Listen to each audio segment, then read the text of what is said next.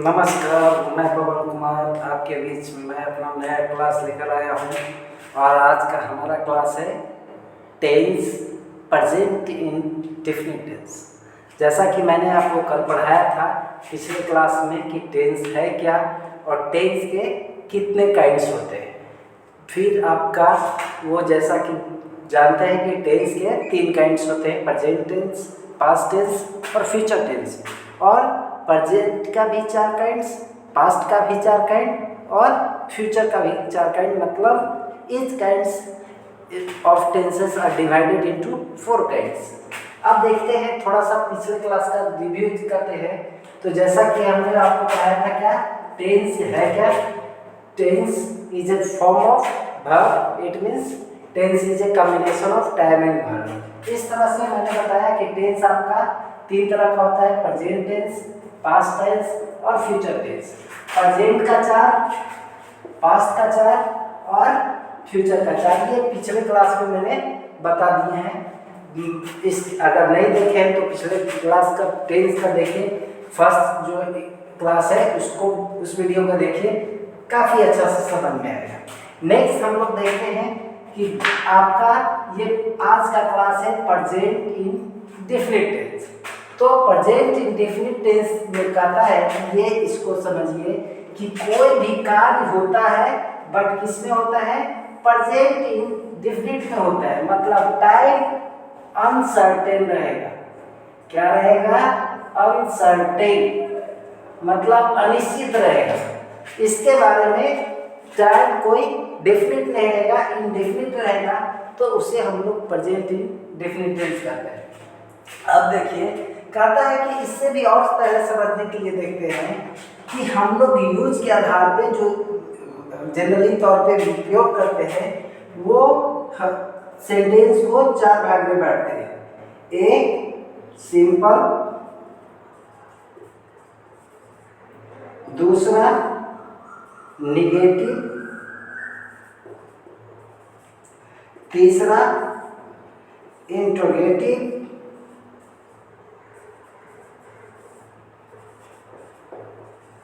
और चौथा interrogative negative.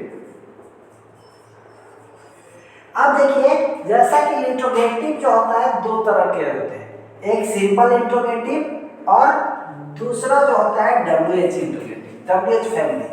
तो कहता है कि यहाँ पे हम लोग 6 तरह का देखेंगे, इसका WH का भी स्ट्रक्चर देखेंगे और ये सिंपल इंट्रोगेटिव। अब हम लोग देखते हैं आज का जो अभी जो है सिंपल में देखते हैं। सिंपल बोले तो असर्टिव सेंटेंस का। तो कहता है कि इसको अगर बनाने के लिए है, इसको तो सबसे पहला जो है दिमाग में रखना है कि सबसे पहले सब्जेक्ट देना है, उसके बाद वर्ब देना है और उसके बाद ऑब्जेक्ट देना है। किसी भी सेंटेंस में इसी तरह से बनता है। इसका शॉर्ट फॉर्म SVO पे बात हम लोग करेंगे। अब कहता है कि सब्जेक्ट हमारा जो होगा, उसके बाद इसमें जो आने वाला वर्ब है वो, जैसा कि आप जानते हैं कि हमारा वर्ब ये मुख्यतः वर्ब फॉर्म अगर याद करते हैं या वर्ब फॉर्म अगर बात करें वर्ब फॉर्म की, तो वर्ब फॉर्म आपका 5 तरह का होता है। एक V1, V2, V3 हम लोग को याद करना होता है और V5। V1 जो होता है मेन वर्ब होता है ये इस तरह का, गो, रीड, प्ले, ये इस तरह का। और इसी में इसमें क्या होता है? ING लगा के बनाते हैं, इसमें ED या EN लगा के बनाते हैं, ये भी ED या EN लगा के बनाते हैं। ठीक है। अब हमारा S या ES जो बनता है, ये आपका वर्ब फॉर्म बनता है V5, ये S या ES लगा के बनाते हैं। ये हमारा, ये देखिए कि ये हमारा प्लूरल वर्ब है और ये हमारा क्या है? सिंगुलर वर्ब है। अब हम लोग देखते हैं, कहता है कि प्रेजेंट इंडेफिनिट में हम लोग को क्या करना है? सब्जेक्ट ढूंढना है, उसके बाद वर्ब ढूंढना है। वर्ब हमारा, जैसा कि इसमें अब भी बताए कि ये हमारा V1 है और ये हमारा V5 है, मतलब गो का गोज, रीड का रीड्स, प्लेकर, प्लेज। तो इस तरह के शब्द वर्ब को हम लोग V5 करते हैं। तो हमको क्या करना है, या तो V1 यूज करना है या तो V5 यूज करना है। अब देखिए कहता है कि V1 से V5 बनेगा कैसे, V1 से हम लोग V5 बनेगा कैसे। तो इसमें क्या करना है, S या V1 में S या ES लगा के हम लोग क्या करते हैं, V5 बनाते हैं। अब देखिए आप दो चीज यूज करने के लिए बोले, S या ES। तो कोई भी पूछ सकता है कि किस वर्ब के साथ S लगाएंगे और किस वर्ब के साथ ES लगाएंगे। तो ऐसे में इसका सॉल्यूशन है कि कोई भी वर्ब, मतलब वैसा वर्ब जिसका एंड्स मतलब अंत होता है या क्या है, लास्ट लेटर SH है, CH है, डबल S है, X है, कंसोनेंट प्लस O है और कंसोनेंट प्लस बाई है। लेकिन इसमें ध्यान देना है, बाई बदल जाता है आई में और ES लगेगा, बाकी सब ठीक है। तो कहता है कि जिसका लास्ट लेटर क्या है, SH है, CH है, डबल S है और X है, कंसोनेंट प्लस O है, कंसोनेंट प्लस बाई है। तो ऐसे कंडीशन में आप क्या लगा के बनाते हैं, ES लगा के हम लोग V5 बनाएंगे। नेक्स्ट देखिए कहता है बाकी जो कुछ बचा, बैलेंस और वर्ब्स, मतलब ये अगर वैसा वर्ब जिसमें ये सब नहीं आ रहा है तो उसमें क्या करते हैं, V5 बनाते हैं, क्या जोड़ के, S जोड़ के बनाते हैं। अब कहानी का अब समझ में आ गया कि हम V1 से V5 कैसे बनाएंगे। कहता है कि अगर SH है, CH है, डबल S है, अगर ये सब है किसी वर्ब के अंत में तो हम लोग ES लगा के V5 बनाएंगे। अगर किसी में ये नहीं है, मान लीजिए ये सब क्या है, किसी में नहीं आ रहा है, तो ऐसे कंडीशन में S लगा के आप लिख के बनाएंगे। अब V1 से V5 हम जब बनाना सीख गए तो अब एक और है, क्या है कि V1 किसके साथ लगाएंगे, V5 किसके साथ लगाएंगे। क्यों, क्योंकि यहाँ पे V1 या V5 लगाना है, दोनों में से कोई एक लगाना है।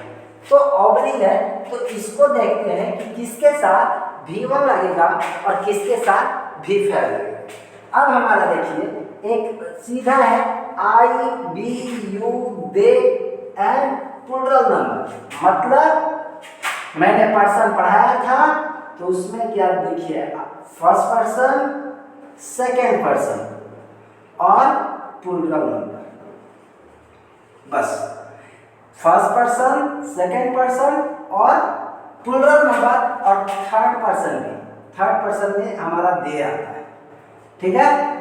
तो ऐसे कंडीशन में जब प्लूरल घुस आए तो दे हमारा प्लूरल हो जाएगा। तो कहता है कि आपका ये चार आप याद कीजिए, I, B, U, they।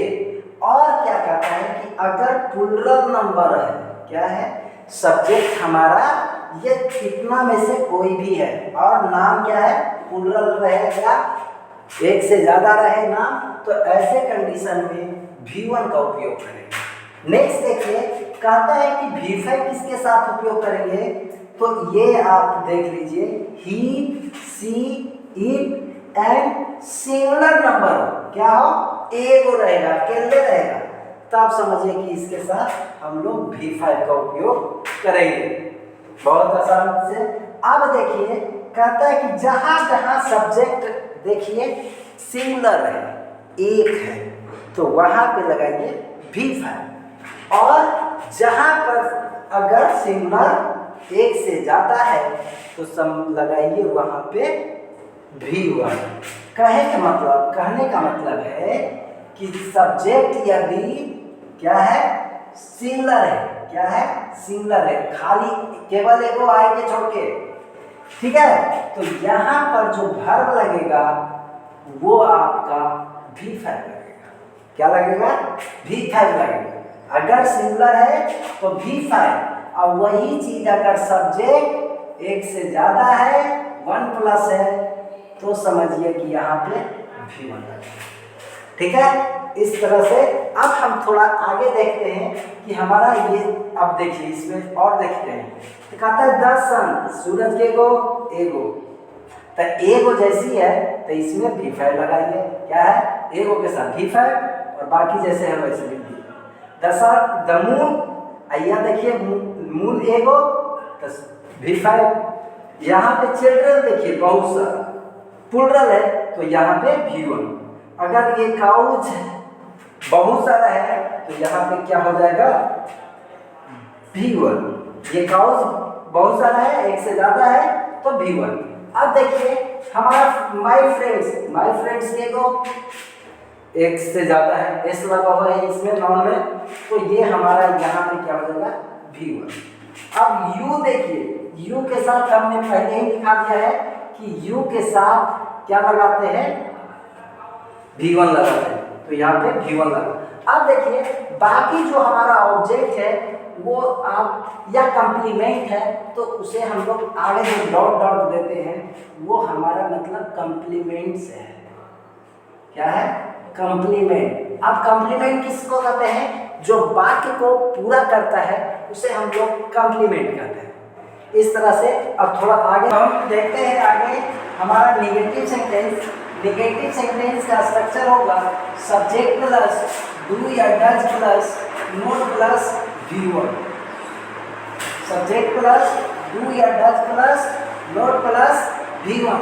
इसमें जो है एक नोट है वो आप देखिए इंट्रोगेटिव या नेगेटिव दोनों के लिए कि डू का उपयोग सेम चीज है, I we you they and plural number, same चीज जो आप V1 या V5 में किए थे।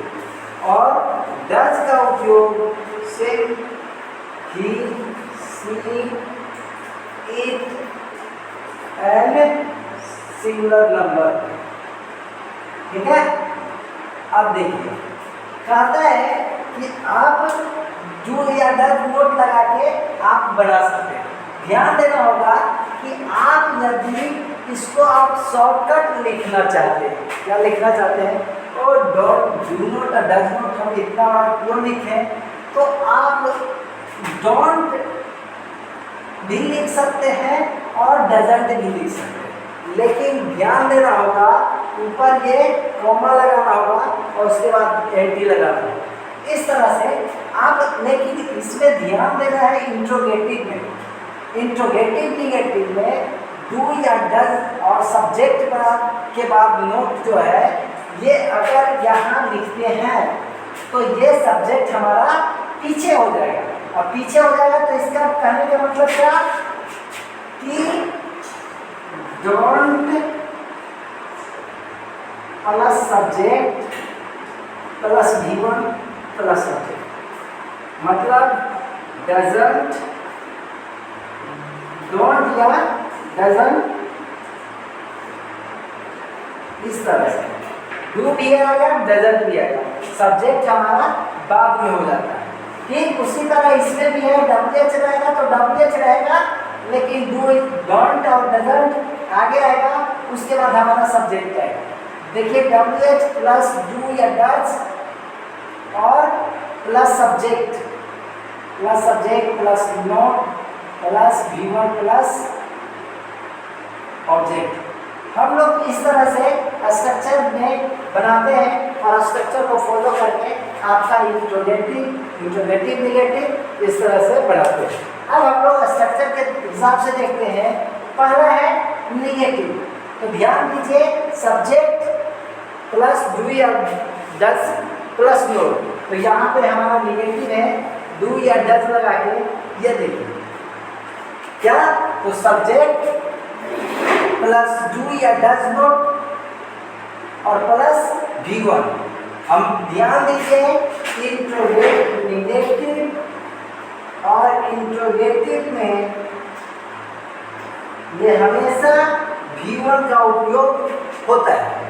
अब इस तरह से हमारा क्या है कि V1 लगाएंगे और कंप्लीट होगा। इंट्रोगेटिव में जैसा कि क्वेश्चन मार्क देना जरूरी है, इस तरह से अब यहाँ पे देखिए WH अगर इंट्रोगेटिव है तो डूडल्स को आगे ले जाते हैं, तो डूडल्स को हम आगे लिया है, और अगर WH से है तो WH को पहले लिया है और बना दिए। फिर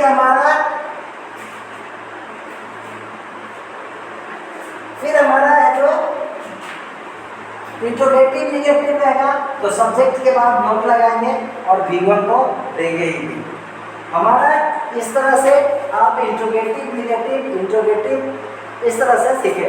अब देखिए थोड़ा सा नोट किया भाई, प्रेजेंट इंडेफिनिट को हम लोग कैसे करेंगे या कैसे फॉलो करेंगे, कब हमको प्रेजेंट इंडेफिनिट टेंस का उपयोग करना चाहिए। तो इसके लिए अगर कोई काम नेचुरल एक्शन है, जैसे सूरज उगता है, चांद उगता है, तारे चमकते हैं, ये सब जो है अगर नेचुरल एक्शन है, क्या है नेचुरल एक्शन है, तो उसमें हमको प्रेजेंट इंडेफिनिट का टेंस का सेंटेंस हमें बनाना चाहिए। ठीक है। नेक्स्ट जो है अगर कोई काम हमारा क्या करे, हैबिट दिखा, सुबह में उठते हैं, शाम में सोते हैं, चाय पीते हैं, तो हमको क्या बता रहा है, ये हैबिट बता रहा है। तो ऐसे में हम लोग प्रेजेंट इंडेफिनिट में टेंस के सेंटेंस को बनाना चाहिए, टेंस में बनाना चाहिए। अब हमारा देखिए डेली रूटीन कहता है कि यदि आप, अभी मैंने बताया कि हमारा जो डेली रूटीन है अगर वैसे एक्टिविटी है तो ऐसे कंडीशन में भी हम लोग प्रेजेंट इंडेफिनिट टेंस के ही स्ट्रक्चर को फॉलो करना चाहिए, उसी से सेंटेंस बनाना चाहिए। अब जैसे देखिए बी गेट अप अर्ली, ये हमारा क्या है, हैबिट दिखा रहा है। The sun sets at 6:30 PM, ये हमारा क्या है, सूरज का प्राकृतिक घटना है और नेचुरल घटना है, तो इसीलिए हम लोग प्रेजेंट इंडेफिनिट में बनाएंगे। ये हमारा अब एक और है कि भाई अगर कोई काम पहले से फिक्स है और वो तय है, निश्चित है, इम्पोर्टेंट है, फिक्स हो और सर्टेन हो, क्या हो, निश्चित हो, और क्या है, इम्पोर्टेंट है, और क्या है कि कोई आदमी जो करेगा वो इम्पोर्टेंट पर्सन है। तो ऐसे कंडीशन में क्या है कि उसका जो प्रोग्राम कभी अगर फिक्स हो जाए तो कैंसिल होने का बहुत कम चांस रहता है। तो ऐसे कंडीशन में भी हम प्रेजेंट इंडेफिनिट टेंस का रूल फॉलो करते हैं। जैसे आपका CM आएंगे भाई, यहाँ आएंगे तो आएंगे तो कल, लेकिन क्या है कि यहाँ पे टुमारो लिखा हुआ है, नेक्स्ट डे भी होगा, नेक्स्ट ईयर भी होगा, लेकिन ये हमारा फ्यूचर शो करता है। लेकिन ये चूँकि फिक्स हो गया, इनका प्रोग्राम पहले से ऑलरेडी 6 महीना, 2 महीना, 4 महीना, साल भर पहले ही फिक्स हो जाता है कि फलानी तारीख को ये यहाँ जाएंगे, ये काम यहाँ पे ऐसा करेंगे। तो ऐसे कंडीशन में हम लोग क्या करते हैं, प्रेजेंट इंडेफिनिट टेंस का रूल फॉलो करते हैं, प्रेजेंट इंडेफिनिट टेंस में सेंटेंस बनाते हैं। इस तरह से आज हमारा प्रेजेंट इंडेफिनिट टेंस का क्लास यहीं पे समाप्त होता है। इसके बाद हमारा प्रेजेंट कंटिन्यूअस होगा, जो हमारा नेक्स्ट क्लास में होगा। आशा करता हूँ आपको ये हमारा वीडियो अच्छा लगा होगा। अगर अच्छा लगा होगा तो लाइक कीजिए, हमारे चैनल को अब तक सब्सक्राइब नहीं किया है तो सब्सक्राइब कीजिए और शेयर कीजिए, ताकि अधिक से अधिक लोगों के पास पहुँच सके। कमेंट करके बताइए कि कैसा वीडियो लगा। थैंक यू, धन्यवाद।